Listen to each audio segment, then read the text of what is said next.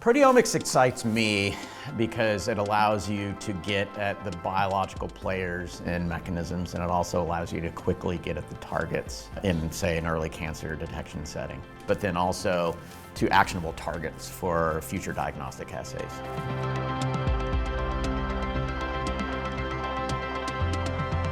I think proteomics has been sort of on the back burner in many ways to transcriptomics and genomics, but it provides so much value. And so that really is fundamental to everything. Are we using the right technology? Is it able to answer that question? Is it able to give actionable value at the end? In the early cancer detection field, we are centered principally on looking at liquid biopsies and typically clinical accessible liquid biopsy fluids. And of course, the holy grail for that is blood, plasma, and serum. We really have a primary mission of detecting lethal cancers as early as possible because therapeutic outcomes are so much more positive when you can catch lethal cancers early versus catching them later, for example, post-metastasis. Seer came on our radar and are actually the first institute in the world as a client to have a Proteograph installed, vetted, and we are now running samples with that instrument. So it's become really a key component of our proteomics workflow for cancer early detection and also for therapeutics, and we're using for a variety of projects at OHSU at large. We could see the huge advantage that Proteograph provided in terms of low sample input amounts required, very short durations of time to prepare samples, and then acquisition times on the mass spec were so greatly reduced versus traditional methods that we have the sufficient statistical power to really find even subtle differentials in terms of biomarkers in the various fluid types that we were analyzing.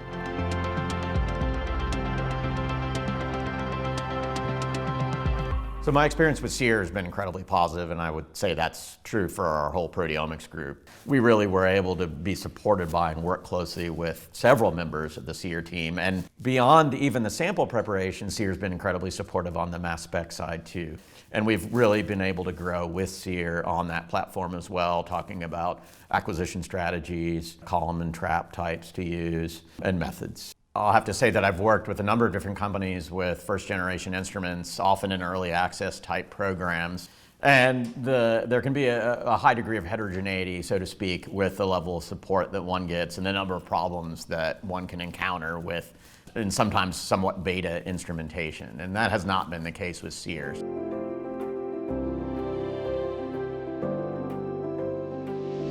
So my experience learning the Proteograph along with two colleagues actually was much less daunting than I expected. Everything is barcoded. The reagents and supplies are all sort of self-contained and provided by Seer.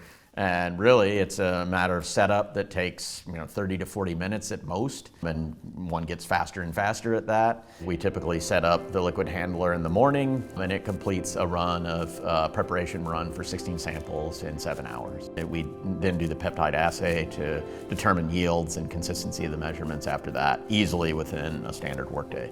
Something that's often not appreciated enough is the back-end analytics. And Seer not only has internal capability for doing that, but is developing a user pipeline so that we don't, as users, have to recreate the wheel to mine most effective and actionable data out of the data sets that we get from the Proteograph and mass spec.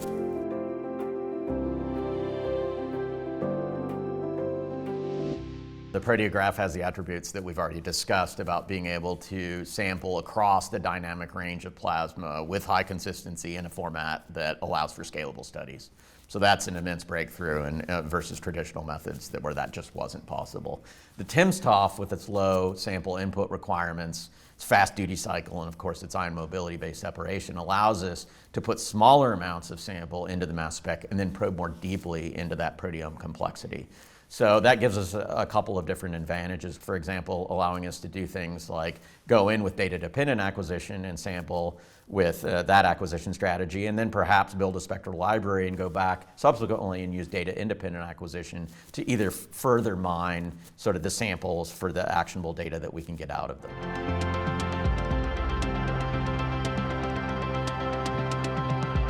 We approached our initial study with real clinical samples from our biorepository with Seer, focusing on prostate cancer.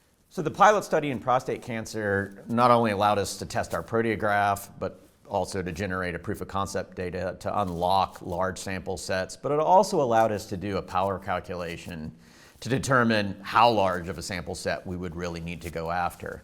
Really, the Proteograph, particularly when coupled with the short gradient times, mass spec acquisition times of the timsTOF, really makes this, for the first time, a study of 500 to 1,000 cases possible. It really was not possible before. You could get at that depth, but it would be with one sample with a tremendous amount of sample input, labor for preparation, and then acquisition time.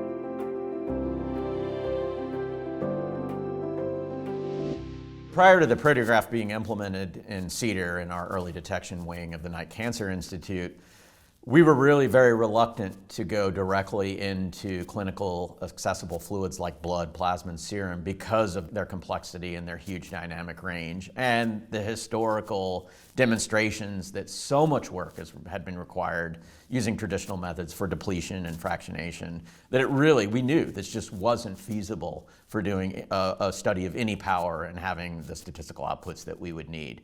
And in this way, we can skip that step in some ways and go directly into our discovery and validation and then clinical deployment in the same fluid, which is a huge advantage going forward for our early detection studies. And then ask the harder shade of gray questions. For example, in the prostate cancer field, can our signatures be predictive 5, 10, 15, 20 years out of diagnosis and really indicate how far out in time a lethal cancer might arise? And we're looking at a number of different cohorts that have these types of not only diagnostic specimens, but also prospectively collected specimens, so we can march our way back in time once we find a signature and ask how early was that predictive.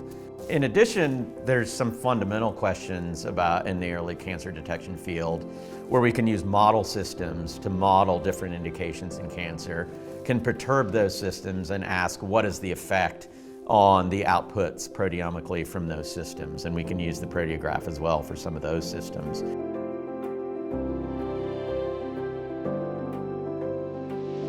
We're at a really amazing time in terms of technology development, in terms of things like the Proteograph, to sample fluids and tissues, to be able to do this with multiple omics, not only looking as we have traditionally at RNA and DNA, but now at protein, probably proteoforms, maybe even post-translational modifications. That's going to greatly expand the lens at which we can explore these types of fluids and tissues.